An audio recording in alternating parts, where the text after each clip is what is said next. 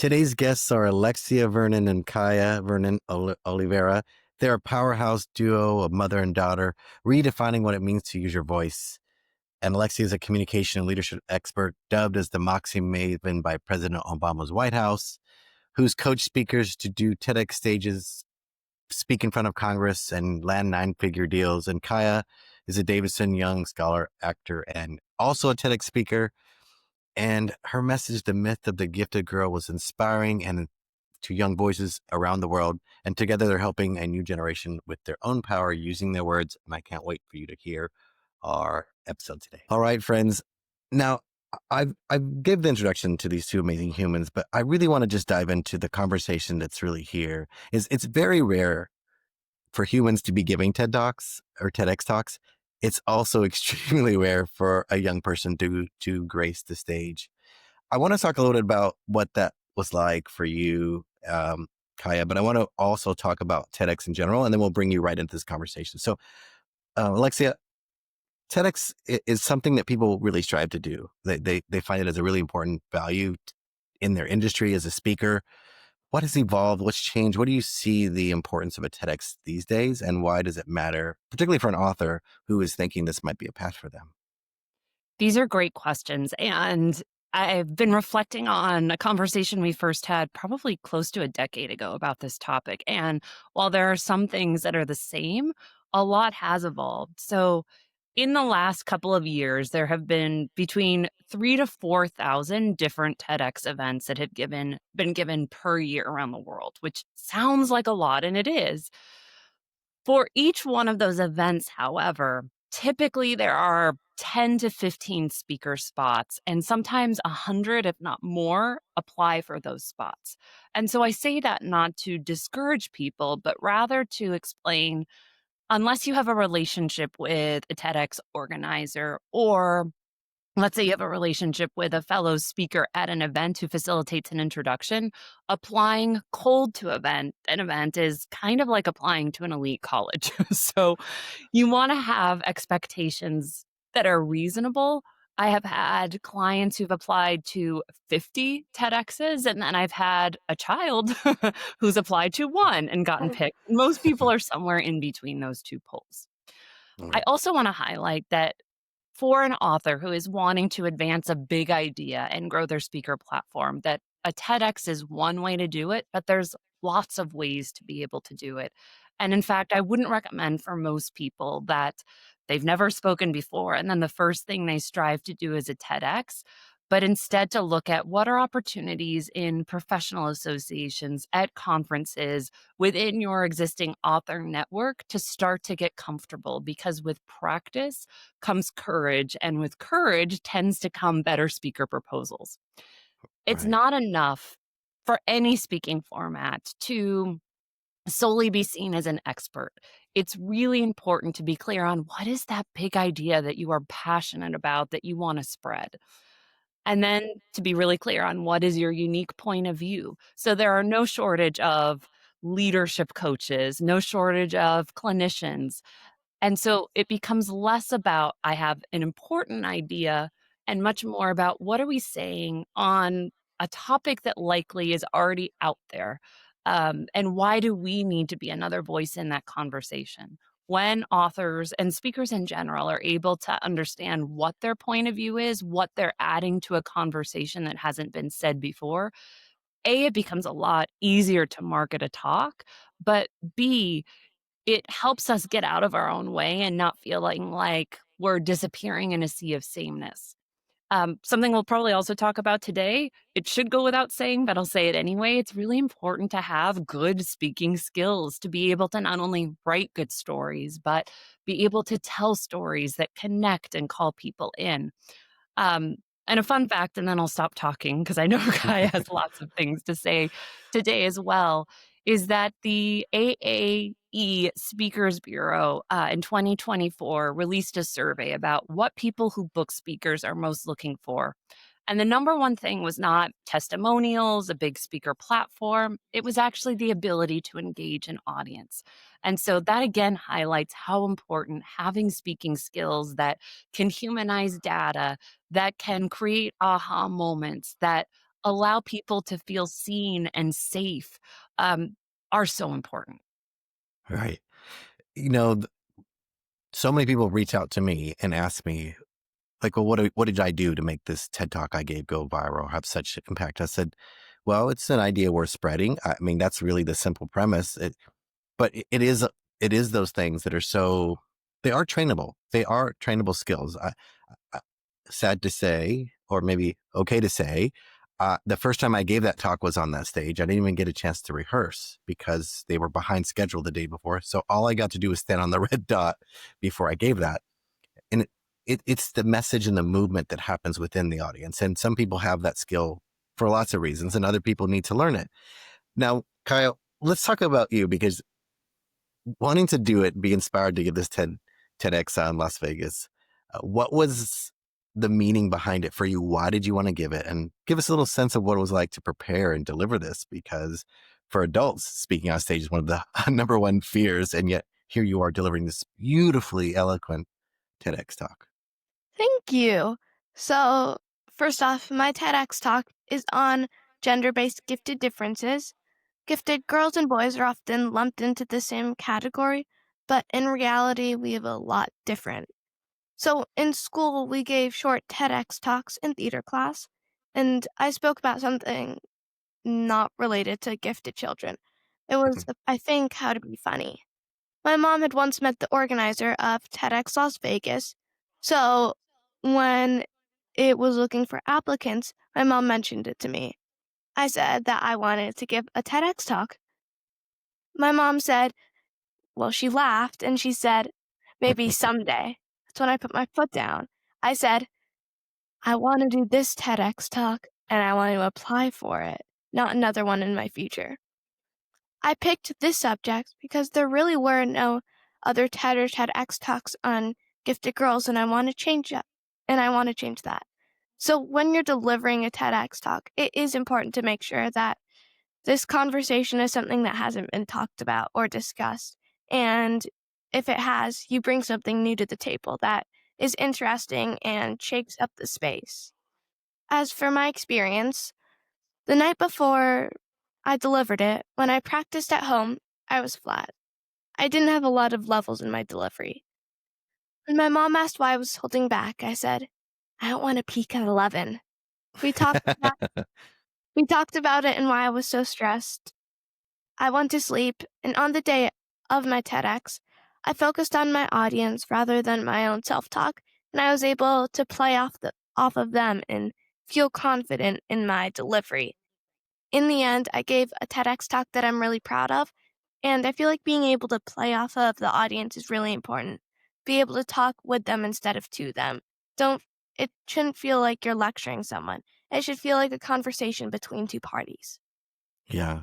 Uh, if you're listening to this interview, please take notes of how well Miss Guy answered. She's very well spoken, but I think passionate. That's what I got from the stage.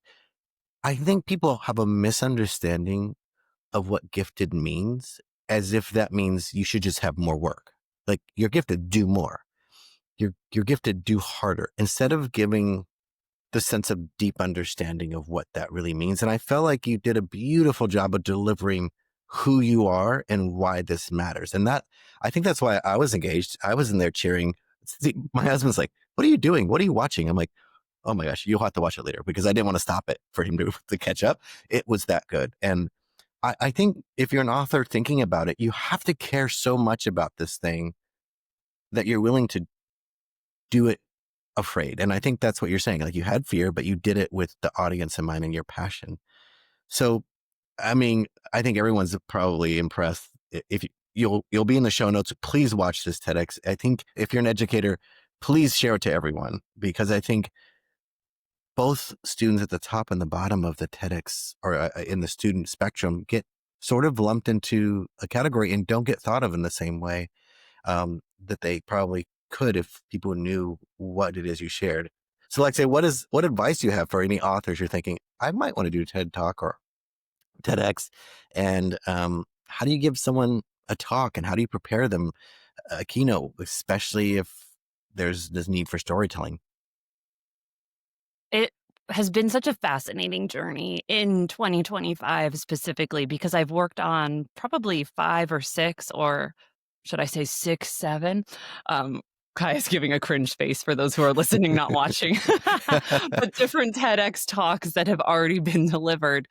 But by far, I learned the most working on Kaia's because it was the one talk where she couldn't run away from me, she couldn't hide, like, she got to work every single piece of the process that I put together for clients. And so I want to break down a few of what those things are because they are not specific solely to TEDx's, but it definitely applies here. And the first is begin by being clear on what is your call to action? What is it that you want your audience to do differently? How do you want them to think differently? What behaviors do you want them to exhibit?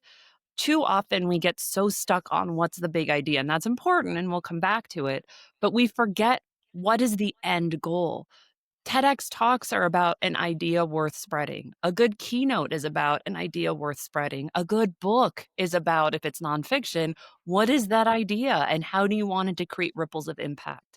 That was one of the things I loved most about working on the talk with Kaia and working on most talks with my clients is getting them to say by the end of this talk, whether it's 5 minutes, 10 minutes, or 15 minutes, I really want my audience to be able to do X, Y, Z because then that allows you to reverse engineer and think about, okay, so in this limited time frame I have, what is most important if I want to get the audience to that place where they're going to want to share this talk with other people. They're going to want to have difficult conversations with people at home and at work and so forth.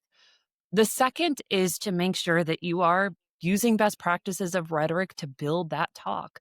My favorite structure to use with any speaking audience is problem cause solution. So succinctly be able to identify what is the problem that probably most of your audience agrees exists.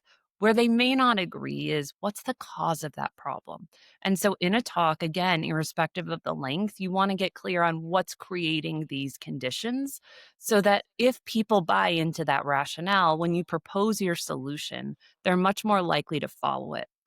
If you look at Kaia's talk, she does all of those things. She's very clear on what the problem is. She's very clear on what the cause is. And she uses to build her audience not only personal experience, but also research, some that she did with gifted educators and some that was already existing in the space. And her solution, because her talk is about 8 minutes, is not um, super detailed, but she's really clear about this is the pathway forward. This is what's needed for educators. This is what's needed for parents. This is what's needed from us as a culture overall. And those are the ingredients of a great talk. And I just want to say, authors by nature are really good at this. If you have built a book proposal, or if not, talk to Azul on Authors Who Lead, and they'll set you up to be able to do that, right? Like if you've created a marketing plan for your book, you know how to do those things. Where I see, and I would suspect you do too, Azul, where authors get stuck is feeling like, okay, I can do that on the page. But when it comes to being in front of an audience, I haven't necessarily had to navigate visibility. It feels like there's a colony of butterflies that are flapping their wings in my chest. And so that's the other piece. It's really helpful not to try to do that alone, to work with a mentor, to be a part of a community where you have support, not just on the logistics of crafting a great talk, but what actually happens when you get out from behind your computer screen and you stand up and you rehearse and you walk and talk it. And then what happens when you see a bunch of eyeballs in front of you on the day where you have to deliver that talk so that that feels like something that is scarce sighting rather than debilitating. Right. And I think the way that authors misunderstand what you're saying is that they're trying to I find they try to give too much information. They're trying to give this fire hose, you know, amount of content to an audience who's I'm just sitting here. I'm not here to digest everything that the person on the stage knows. But what do you think the biggest mistakes are that they might make, Alexia? Like, what are their mistakes that they do? Is it because they take the wrong advice, or do they miss the step you just described, but not having that sort of causality and sort of the steps through these things? What one thing that you notice that might help authors identify, oh, I've been making that mistake in my speaking? Yeah, it's hard to focus on one, so I'm gonna give you a few. Okay, One is great. definitely what we talked about, not having a good structure that sets them up for success. A second is either practicing too much or not enough. So I have a client right now who's preparing to give a TEDx globally, and I adore her, and she's a phenomenal speaker. And she said to me during a call this week, "Would you recommend I practice 10 times a day the week of?" And I said, "Absolutely not." She knows this talk. The danger is you get to that place where it becomes an exercise in memorization and precision. And for people who might be introverted, have a tendency toward perfectionism, so like a lot of authors and members of this community, what that does is it actually dilutes the passion and makes it an exercise in control. Now, on the flip side, I've had clients who are really competent speakers make the opposite mistake. They forget that this is not a facilitated presentation where you get to play off of the audience and ad lib. It's designed to be precise. And so that goal is in the weeks leading up to it, one or two run throughs full out a day so that you can give your full energy in that delivery and you are embodying what you want to embody, not making it again just about technical memorization and prowess. Another mistake that I see is focusing so much as we are preparing on ourselves and being authentic that we forget to connect with our audience. And there's a few reasons that happens, right? Like one, we're like, this is our 18 minutes, although most TED Talks are more like 8 to 10 these days, to get it right. But the truth is that I would much rather, and I think most audience members have a lot more give if a filler word comes out or there's a moment of an awkward pause, but you feel like that person is right there speaking with you.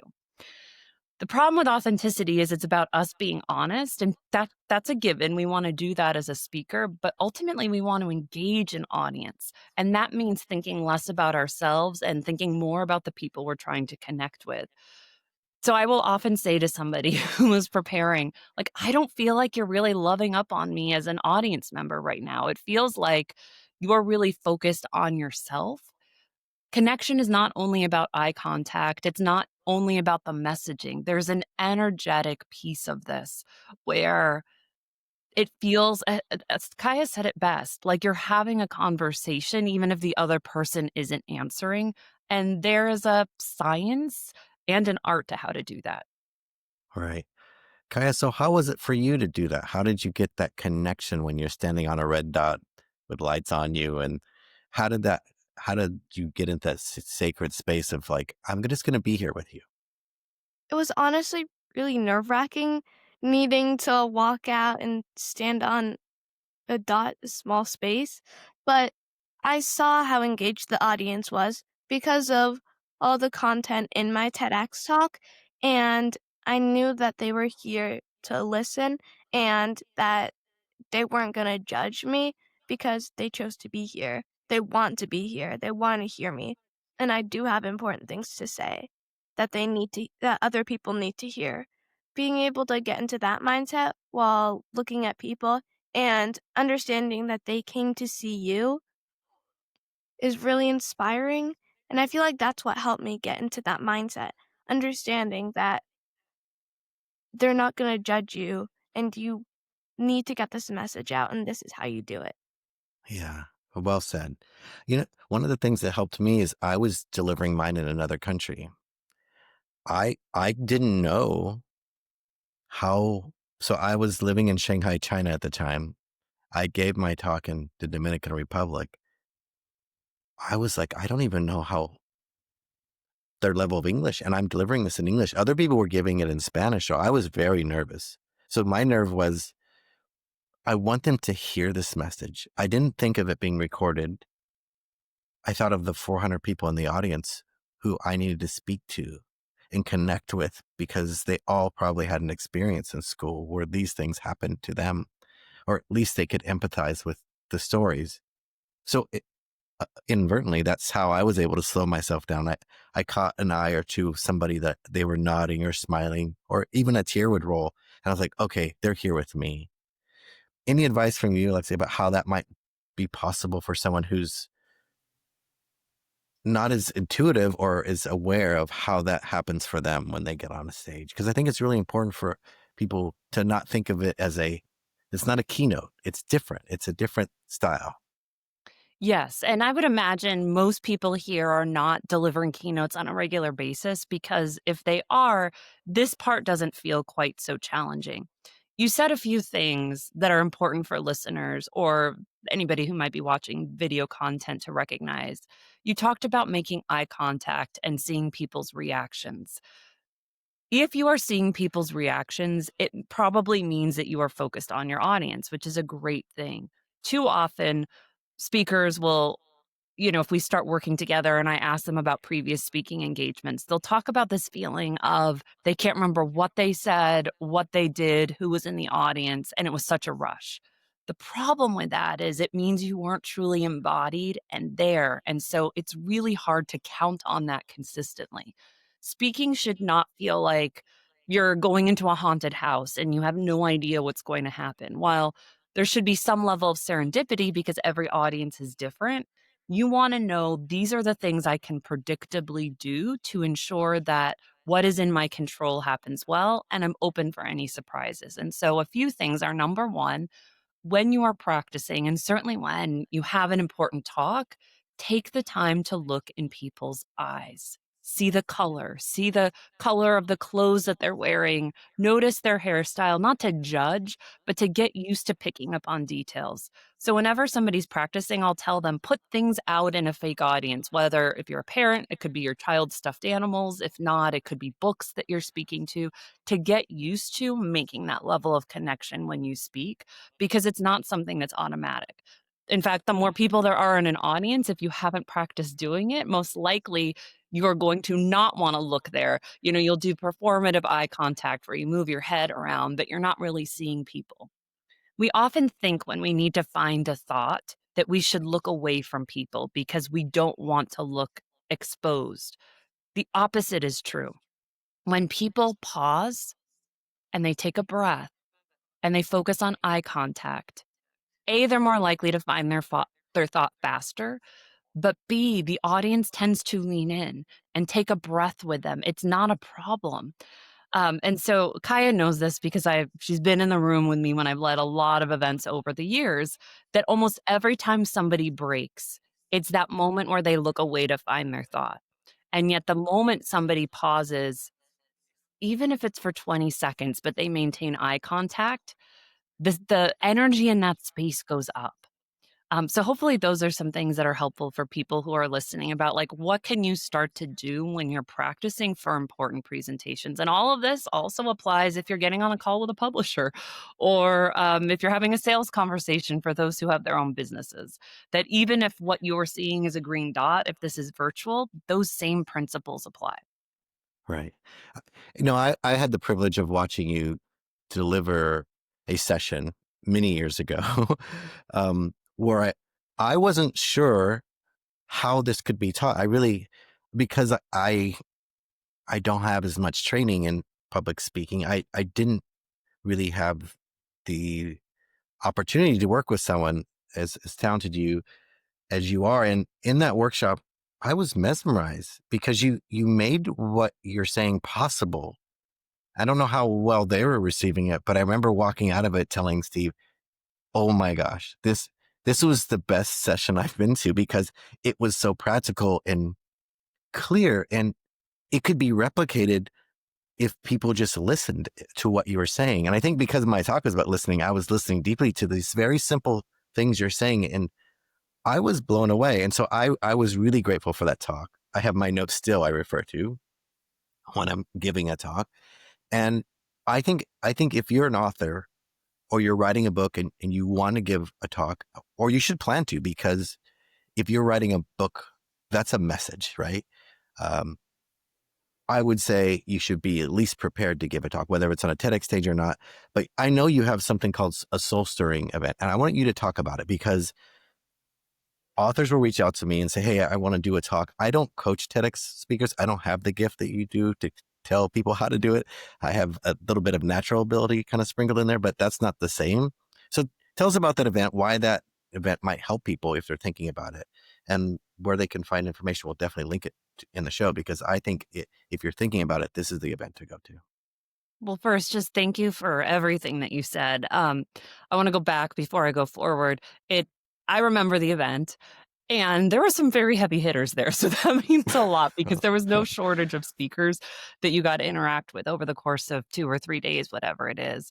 And that was only 60 or 90 minutes. And so I also want to highlight, if that's what your experience was in 60 to 90 minutes, imagine what could happen, over the course of 2 days if you were consistently getting up on your feet and practicing the kinds of exercises that we are talking about, from being able to map out what is that big idea, irrespective of whether it's going to be presented in a TEDx, as a book talk, as a professional association talk, like understanding how to sculpt that well, but then getting out from the writing minutia to actually get to that place of embodiment. So learning how to tell stories, learning how to ask questions and facilitate aha moments for audience members, being able to make offers, whether that's to come purchase a book and get it signed, or it's an offer for a specific program that you run.